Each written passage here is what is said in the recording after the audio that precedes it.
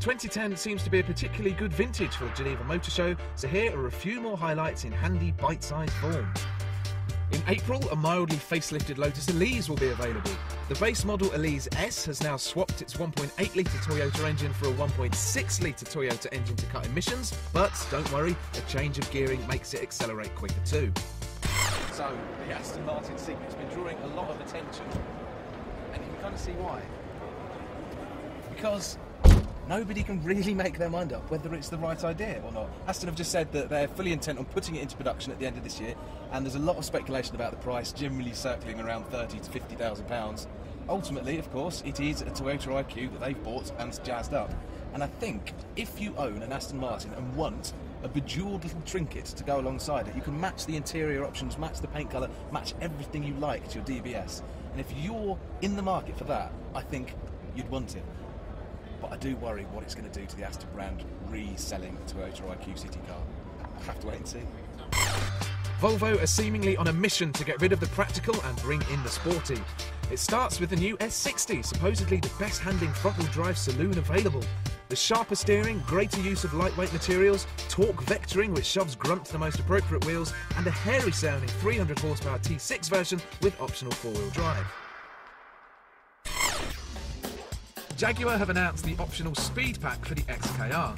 It costs £3,500, adds some body kit and raises the speed limiter from a paltry 155 miles an hour to a much less paltry 174 miles an hour.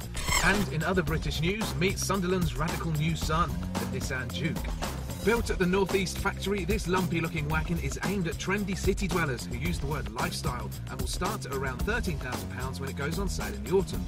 It's got a fabulous interior and, intriguingly, as well as a couple of boring engines, a hot hatch rivaling 190 horsepower petrol turbo.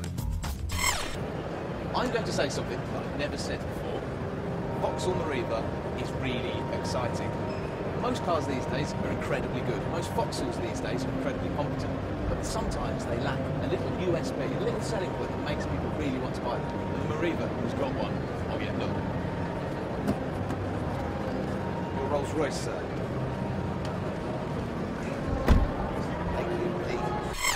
This is Alfa's replacement for the 147, the Giulietta, which is slightly better looking in the flesh than in the pictures.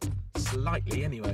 It's aiming to take sales away from the Focus and Golf and is expected to come fitted with a range of turbocharged petrol and diesel engines, topping out with the promised 232 brake horsepower 1750 TBI. And then we have Pagani. They always manage to dream up a new special edition, and although we've seen pictures for a while now, nothing quite beats seeing a Zonda-replacing Roadster in the flesh. Just 5 will be made, assuming they can find 5 people who are willing to pay the €1.3 million asking price, plus local taxes. It's got 678 brake horsepower, does 217 miles an hour. It's got things like titanium suspension, the world's greatest air intake, sequential gearbox, and bodywork that can only have been drawn on the easel of an angel. For me, it's more spectacular than Bugatti Veyron, so I think it's an appropriate place to leave the show.